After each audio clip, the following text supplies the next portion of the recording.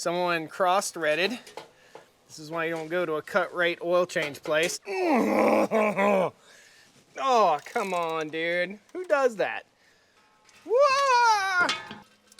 Ah, that's a stupid design. Hey everybody, welcome back to the Stoney Ridge Farm. This is not a farming video. Today we're gonna be talking about me trading off that piece of junk Ford Raptor with that 3.5 liter EcoBoost garbage engine. If you haven't seen that video, go right here and watch that video. Learn about what Ford did to me. That's a horrible, horrible vehicle to own. What a pain in the butt. What a good looking truck, but what a pain in the butt. So what I did was I fixed every problem with the Raptor so that I could feel good in my heart about selling it to someone, and I picked up this. This is the Toyota FJ Cruiser, and if you don't know about them, today you're gonna find out. This is a vehicle that holds its value, and that's why I bought it. Some people love it, some people hate it. You either love it or you hate it, or you're on the fence about it. So leave me some comments. What do you think? Does it look like a spaceship or something? Tell me what you think. So this is the Toyota FJ Cruiser, and we're gonna walk around it a little bit. I'm gonna tell you why I traded in or got rid of the Raptor. I didn't trade it in. I sold the Raptor and I lost $15,000 owning that vehicle for 2 years. What a piece of junk, absolute piece of junk. If you're a Ford fanboy, I'm sorry I'm hurting your feelings, but the 3.5 EcoBoost engine is a piece of crap, okay? That's it. To quote my buddy, Scotty Kilmer. Here's what we have. This is a 2014, and it does not look like a 2014. This is a 10-year-old Toyota FJ Cruiser. Really nice example of an FJ Cruiser.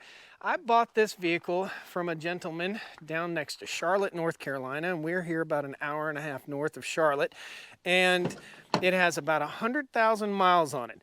Super nice, ultra simple, okay? So this vehicle is all about simplicity. We'll go ahead and stick the key in here. You're gonna hear some beeping and noises. You're also gonna see that service light come on here. Okay, so we got 99,472 miles on this, and our fuel light's on too. You can hear it purring like a kitten right now. Basically, and you Toyota guys can really quote me on this, this is almost a 4Runner, but not quite. It's almost a Land Cruiser, but not quite. It's odd, it's awkward, it's oddly shaped, and visibility out the back is not the best. Really, these things need to be folded down. The rear headrests need to be folded down. We'll go back there in a minute and we'll show you some stuff. So the way these FJ Cruisers are, there is the Toyota engine here, very similar to the drivetrain that is in the 4Runner. If I can figure out how to pop the hood. I know it's somewhere. There it is. There's a button down there. I just found, and I don't know. Oh, it's your tire pressure set button. Check that out. There's a button down there for setting your tire pressure. So if you're off-roading with it and you want to have it at 22 PSI or 12 PSI, you can do that. That's pretty cool. So the FJ, we pop the hood here.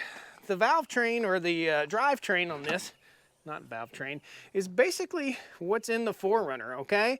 We've got a 4-speed transmission here. We've got the, I think it's called the VVT, indestructible Toyota engine. I do believe that is the 4.0 liter. Let's look at this tag and see if it says so. It does not say so, but I do believe that this is the 4.0 liter. You guys correct me if I'm wrong.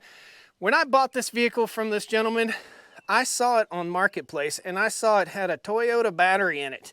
That is a level of obsession that you want in a used vehicle purchase.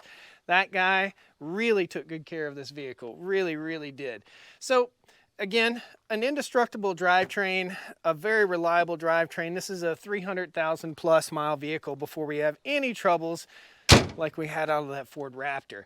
Let's walk around it a little bit. We've got some styling cues that are just a little bit different. I think this is the last Toyota, and you guys correct me if I'm wrong, that has Toyota written in the grille. Got some pretty decent lights. It doesn't have fog lights or anything special on it like that. Got a roof rack on here that's virtually unusable for most things. It's odd. There's really not much you can do. I guess you could put a cooler up there and strap it down. I don't think you could carry a kayak without some external rack stuff. It just doesn't make a lot of sense to me. It's the only thing that really doesn't make a lot of sense. You see a lot of these FJs from the old days, like this vehicle was made from 2007 to 2014. The first iterations of the FJ had a white top.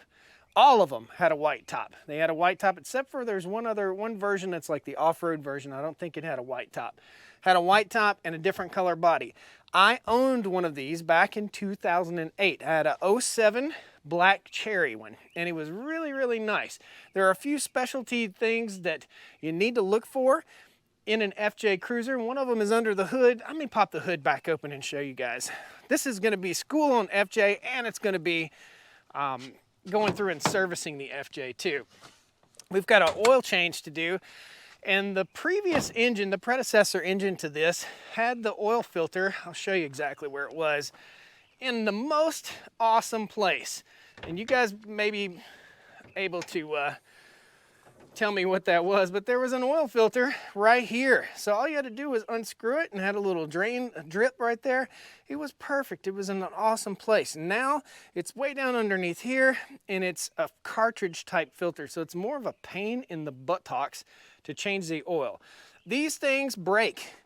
The older FJs, when you buy an FJ, the front ends for some reason have issues with breakage right there and right there. So they get floppy in the front end. That's my floppy signal right there. They also rust in the frames.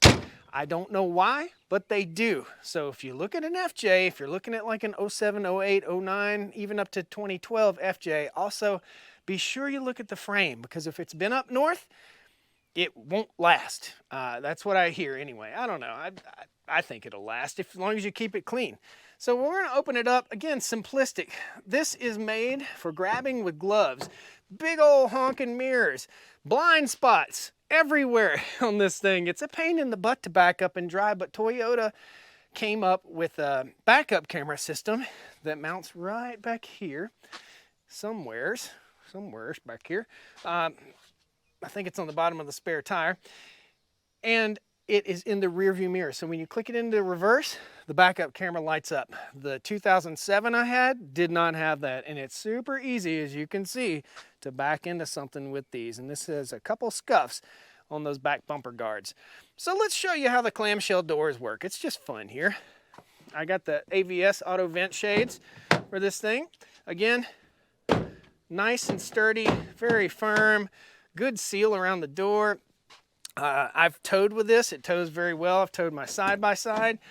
The door handle is in an awkward place, just a little bit of an awkward place. We'll close this real quick. The door handle, I like these clamshell doors. As you can tell, this is another vehicle that holds its value really well. Look at the clamshell door on this though. Right there. That's a really handy place for it, and it also has it right here. I wish the FJ had that system, but instead it just has this reach back and pull. Not a lot of room in the back seat of a Toyota FJ. I'm about a 6'4", 6'5" guy, and if we're gonna put somebody in the back seat, I'm gonna have to move my seat forward very, very far. So these seats all flip down, everything flips down. You can also flip down your headrest to get them out of the way. And we've got some accessories that we're gonna put in on the back. We'll show you that here in a second. You got hold bottle only, no glass. So no cup, okay? That's interesting. I don't know what that's in there for, but I'd imagine some people have spilled some stuff in an FJ Cruiser before. As we look into the dash here, everything's super simplistic, okay? As you look, it's not super nice, plush, high quality plastics. It's just what it needs to be.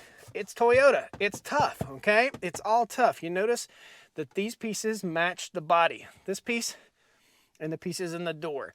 I've got these little rubber mats. I put them on the dashboard of all my vehicles so you can toss your phone up there and it don't slide.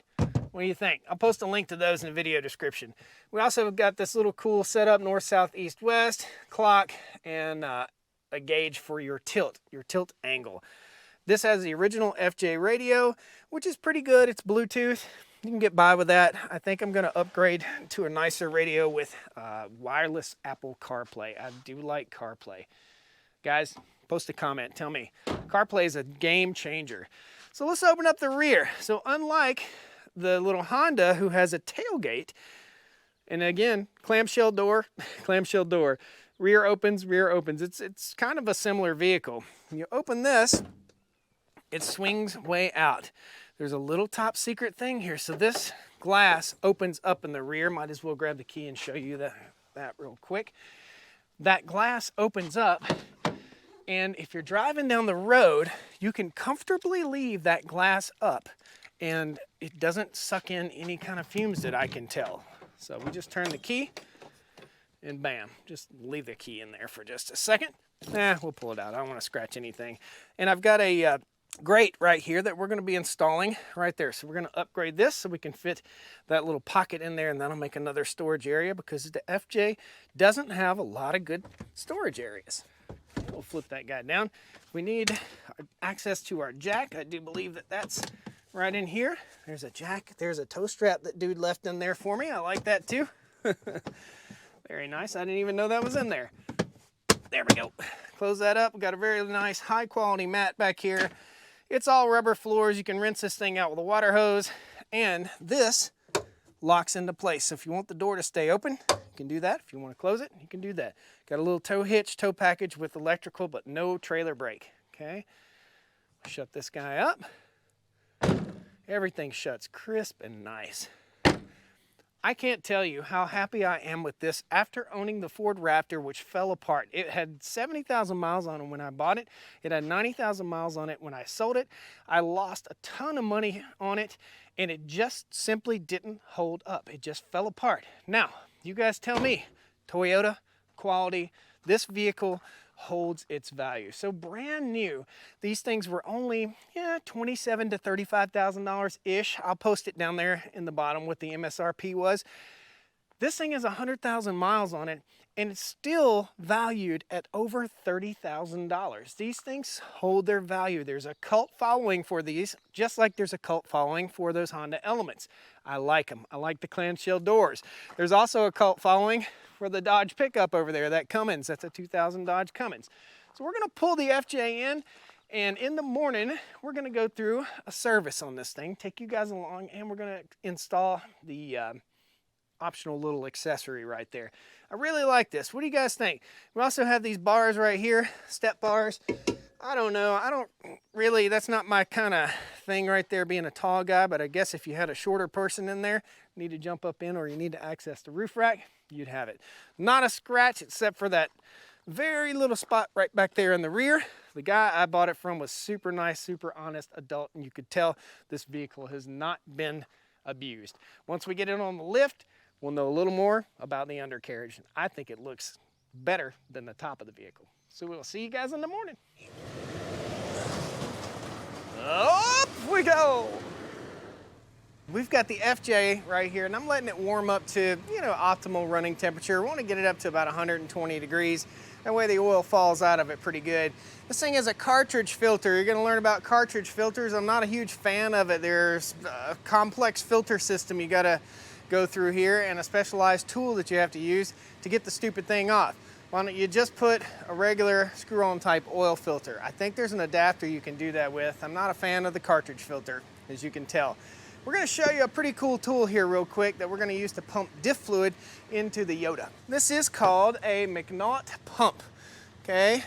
McNaught, that's the brand. I'll post a link to this critter in the video description.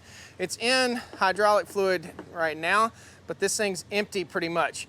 It has an on-off switch, and it pumps. We'll turn the truck off and you can hear it a little bit better in a second. So we've got to clear all of this oil out of the pump, and we've got to connect up to our other bucket. You're gonna like this. This is a really cool setup right here, and it saves you from making a huge mess, especially when you're filling up your diffs.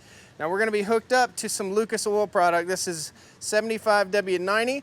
This is gonna be the same gear oil that I use in most everything on the farm. So I went on and bought it in bulk. I got it from Summit Racing. The reason I'm telling you this is because it was cheaper there than anywhere else. So simply enough, this just screws right into your bucket. And again, this is Lucas Oil 75W90 full synthetic. Want to put the best of the best in here we possibly can. I think maybe Amisoil might be better. I don't know. You guys tell me what you use in your equipment. We'll wipe this guy down. We just pump it into the bucket until we run out all that old hydraulic fluid. And basically it just turns on, holds pressure. And when we're ready to pump up into our diff, all we have to do is reach this up, pump it into our diff, and we cap it off, and it's ready for next time. This will be permanently established on this bucket of gear oil, so I'll always have it, and this is the same gear oil that I use in most of the tractor implements on the farm.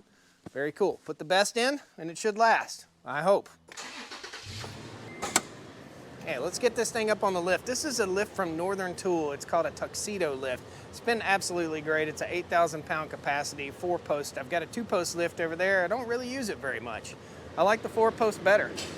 By the way, when I bought this FJ, it came with a notebook full of records, a Carfax, everything I needed to know. So let's take a look. Not one wheel even has a scuff on it. Nothing underneath frame-wise. Let's go up underneath here and take a quick look. Everything is so clean, it looks like it just came out of the factory. And where these things like to rust is right in here on the frame. Frame looks clean as a whistle. Everything looks clean as a whistle. We've got a few places that we've got to lubricate. We've got to lubricate each one of these CV joints right here. And there's one lubrication spot there, another lubrication spot up here, and another one on the shaft. Also here. So 1, 2, 3, 4, 5, 6 lubrication points right there that we have to address. And this is what comes out of the transfer case for the 4-wheel drive. Very cool. Up underneath these pans is going to be everything we need. I've already discovered one issue. Someone cross-threaded.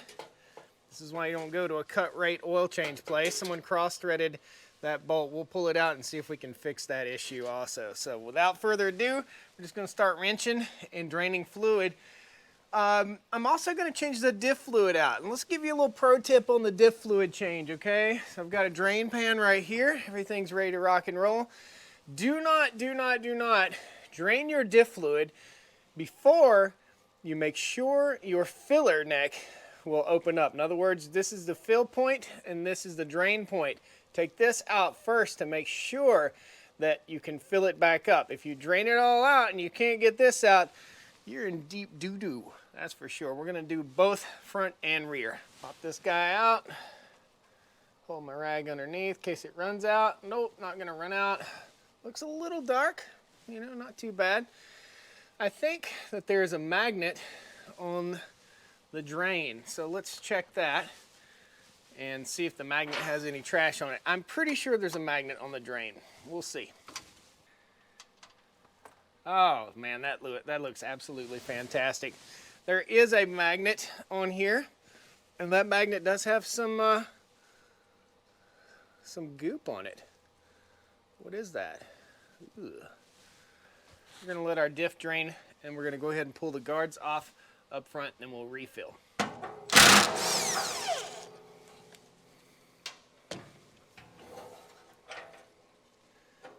Oh, good idea, Toyota. It swings down. Look at that. Good idea, Toyota. All right. Woo-hoo. 1, 2, 3, 4, where the drain is. 5, 6, 7, 8, 9, 10. Is that it? 1, 2, 3, 4, 5, 6, 7, 8, 9, 10. Yep, there's 10 bolts.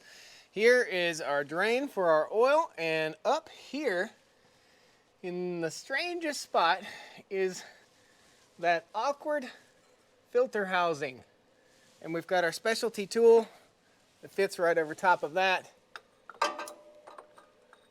Hopefully. All right, let's check. Let's just double check that. Yep, cool, locks into place. See, it's fluted right there. So we need to drain the oil out of that, and we need to take the whole cap off and replace everything. All right, we got all of our pans removed off of the front. Let's move on to the rear here. Let's go ahead and slip this guy back in place. Our plug, without dropping it, would be a good idea. Remember, the one with the magnet in it is the one that goes in, is the drain plug, okay? There's a torque spec, I'm certain, for this thing. And I'm not torquing it to spec. This isn't a how-to video, this is a what's up video. This is what I'm doing. Okay, feels pretty good. Let's go ahead and get our McNaught pump. Pump on. Make sure it's working. Pump in. We're gonna pump it in until it runs out the top. Always better safe than sorry. Take that pinky and poke it in there. Make sure you are up to the top. That's got it now. Awesome. Put our cap back. Wipe everything down. We'll take this up to the front here in a second and replace our filler. Let's slide on up to the front and we'll go ahead and drain the oil in the diff up front. Okay, my mind tells me go ahead and crack open our diff here, okay? We'll go ahead and loosen this or make sure it's going to loosen. If not, we were gonna have to soak it with some PB Blaster or Croil or something like that. That is not what I thought it would be. Oh, it came right loose. Well, that was easy. I'm gonna get my drain pans and everything set up here. I think I'm gonna go ahead and try and drain. No, I'm not gonna do it. I was gonna try and risk it, drain the oil and drain the diff at the same time. No, sir. If you don't have one of these, you ain't living right. Let me show you what I got. This is a oil tank for catching oil that you raise up under your lift. So we'll loosen this little guy here, and then we'll raise this up to the working height that we need it to be to drain all of our fluids. Tiniest little drain hole.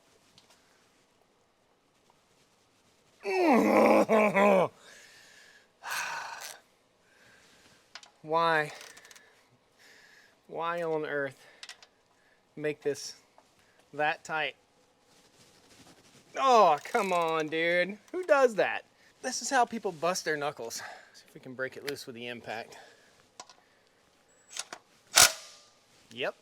We will not put it back on that tight. Good gracious. Crazy people.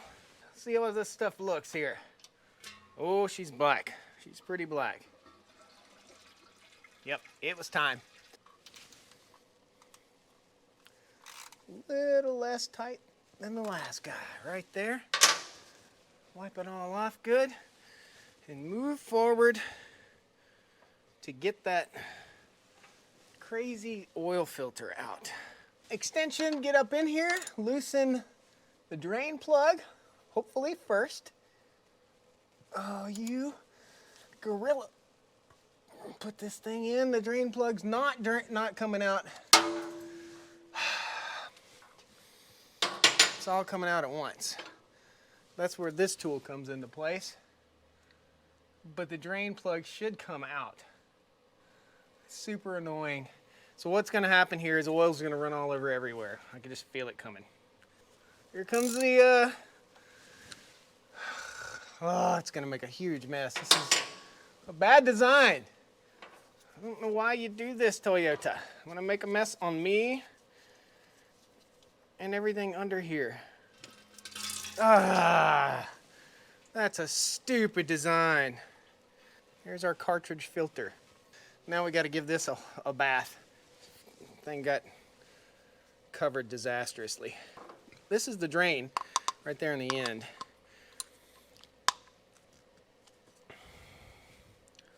Let me go get this in the vise and see if I can get it apart. Okay, hear me out. Tell me what you think, guys. You got any vehicles that have this cartridge system? I don't. This is the only one that I have, and I don't like it at all. So here's the new cartridge.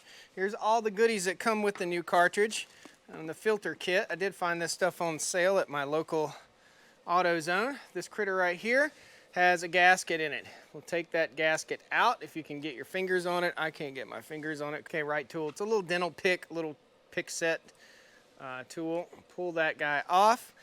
It needs to be replaced. You can tell it's not as springy as it should be. And here's the new one. Okay, so we'll set this to the side and we'll drop our new one in place. Just like this. You're going to hear me gripe here in a second.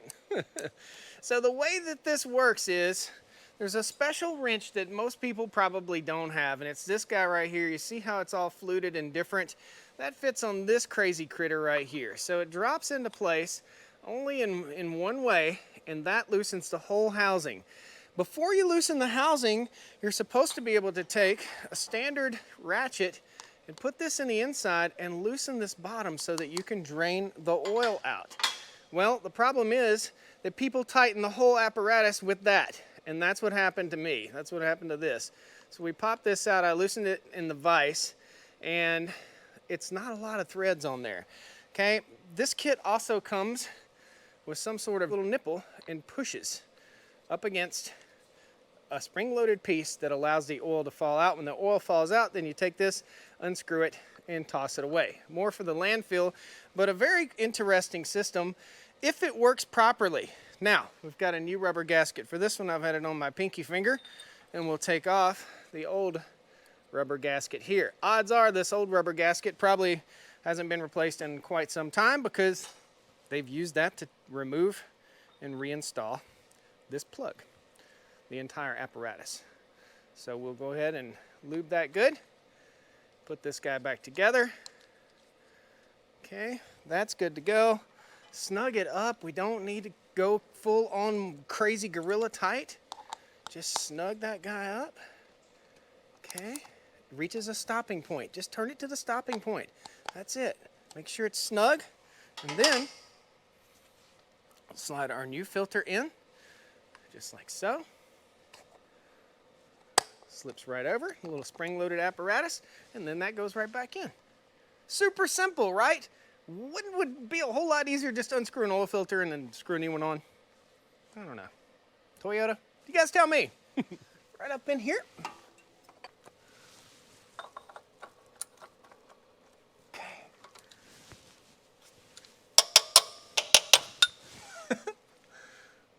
All right, good to go. Now, we're draining our diff. Take that top drain out, like I said before. Might get a little dribble. Be careful, there may be a crush washer that comes off. No crush washer. Clean as a whistle. Could clean as a whistle mean empty as a whistle? Have I put this thing in 4-wheel drive yet? No, I have not. Oh, clean as a whistle doesn't mean empty as a whistle. Okay. That's tidy, lefty-loosey. Not much in this front diff, not like the rear axle.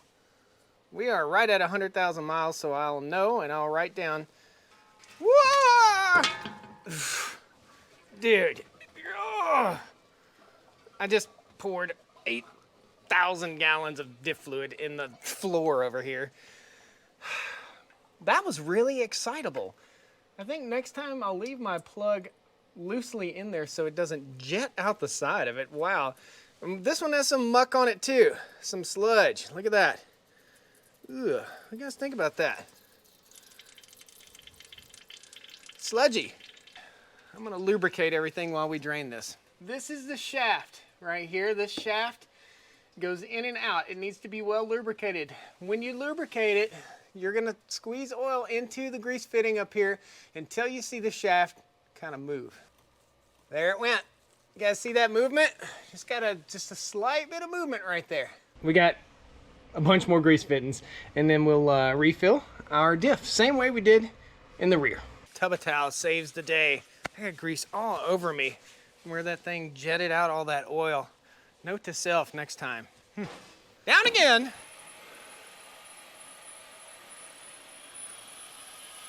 Many an engine has been lost by this. I don't like that. You put a good seal on there, you don't need to put a silver seal in there to get hung up in your valve train. I don't get that. Guys, what do you think? Have you ever seen that?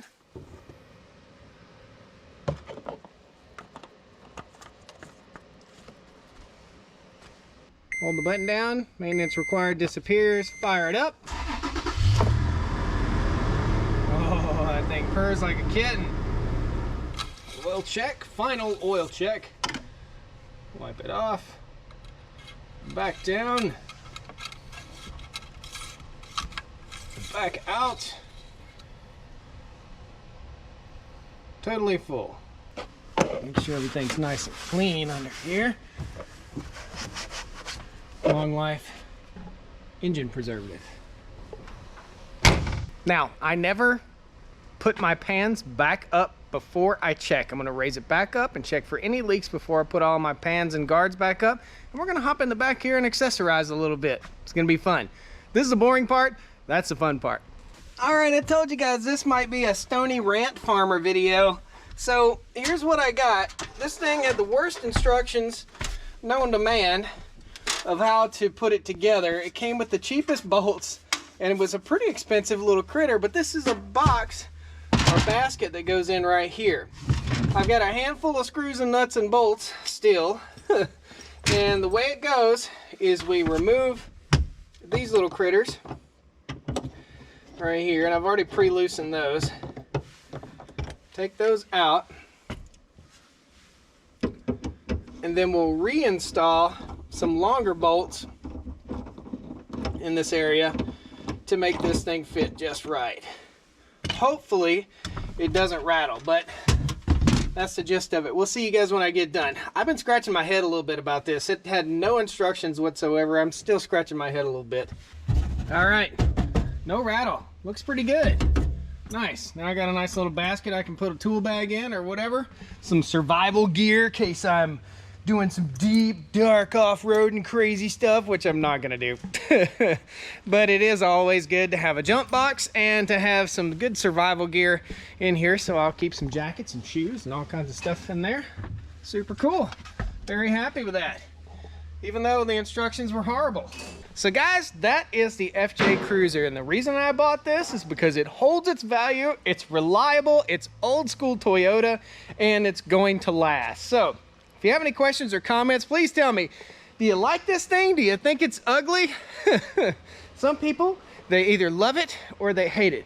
But I think the FJ Cruiser is a pretty sharp ride, and I think it's gonna last me for years and years to come. Gone are the days of automotive debt. I've got to stay out of debt with cars. I suggest you guys do the same thing. Buy something, stick with it, and take care of it. Oh, it's got 3 windshield wipers too. Isn't that kind of weird? We'll see you guys next time on the Stoney Ridge. Let me know what you think. Good times in the shop. Woo! Is that tightening? I think I'm tightening. What am I doing here? Yeah, dummy. An extension would be a great idea, Josh. Whoa! Dude, I just poured 8,000 gallons of diff fluid in the floor over here. Bam, right there. Yeah, right in the eyes. Breathe like a horse. Breathe like a horse. They're breathing like a horse. This video is sponsored by Callahan Auto. If you need brake parts, call Callahan. Down. Oh, can't go down yet, dummy. You gotta get your oil drain pan out of the way. Later, tater. Is there any glass cleaner in there? There we go.